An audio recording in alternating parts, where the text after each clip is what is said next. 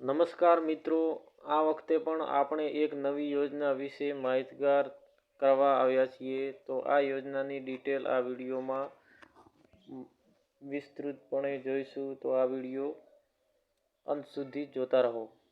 વાત કરીએ આ યોજનાની, તો યોજના આર્થિક સહાય માટે શરૂ કરવામાં આવેલી છે. પંચાયત વિભાગમાં આ યોજનાનું પંજીકરણ થાય છે, જેમાં પંચાયત અથવા ગ્રામ પંચાયત અથવા ગ્રામ વિકાસ વિભાગ હોય ત્યાં તમે આ યોજનાનું ફોર્મ ભરાવી શકો છો. યોજનાની સંપૂર્ણ માહિતી લીધા પછી તમે ફોર્મની વિગતે માહિતી મેળવી શકશો. વાત કરીએ યોજનામાં કઈ કેટેગરીના વ્યક્તિ ફોર્મ ભરાવી શકે છે, તો કે દરેક કેટેગરી, કોઈ પણ કેટેગરી એમાં નક્કી કરવામાં આવેલ નથી. એમાં પુરુષ કે સ્ત્રી કોઈ પણ ફોર્મ ભરાવી શકે છે. શિક્ષણની કોઈ પણ જોગવાઈ કરેલ નથી. અભણ વ્યક્તિ પણ ફોર્મ ભરાવી શકે છે. જોઈ શકો છો આ માહિતી. ફોર્મ ઓનલાઈન નથી ભરાતું. અહીંયા તમને જે તમારા પંચાયતનો વીસી કર્મચારી અથવા પંચાયત કર્મચારીઓ તેની જોડેથી આ યોજના વિશે માહિતી મેળવી અને એમાં પંજીકરણ કરવાનું રહેશે. આ યોજના વિશે વાત કરીએ કે યોજના ગ્રામ્ય વિસ્તારોમાં રહેતા કોઈપણ કુટુંબ કે જેના પુખ્ત વયના સભ્યો બિનકુશળ શ્રમ કરવા ઈચ્છુક હોય તેવા દરેક કુટુંબને કુટુંબ દીઠ દરેક નાણાકીય વર્ષમાં 100 દિવસની મહત્તમ વેતન રોજગારી પૂરી પાડવા માટે આ યોજના આવેલી છે.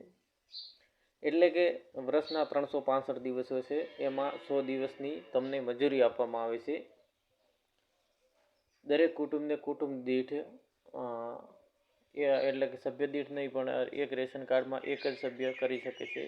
એ મુજબ આ યોજનામાં લાભ આપવામાં આવે છે.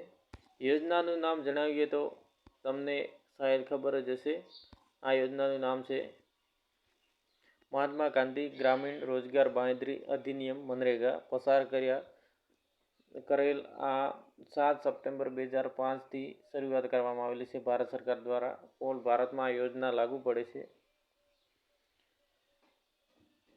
યોજનાનું તમે પંજીકરણ તમારા ગામ અથવા શહેરમાં જો કામ ચાલતું હોય તો ત્યાં તમારે મનરેગા અધિકારી તરીકે કોઈ પણ વ્યક્તિની નિમણૂક કરવામાં આવેલી છે. એ મનરેગા અધિકારી જોડે જઈ તમારે જોબ કાર્ડ નામનું એક કાર્ડ આવે છે, રેશન કાર્ડ ટાઈપનું.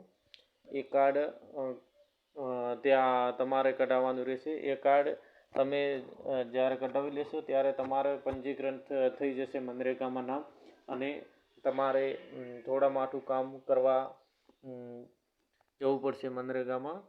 જે કામ તમને જે તમારો મનરેગા અધિકારી છે એ તેના વિશે ડિટેલમાં માહિતી આપશે. જ્યારે તમે જો આ યોજનામાં જોડાશો તો તમને 15 દિવસે 4000 અને મહિને 8000નું વેતન પ્રાપ્ત થાય છે.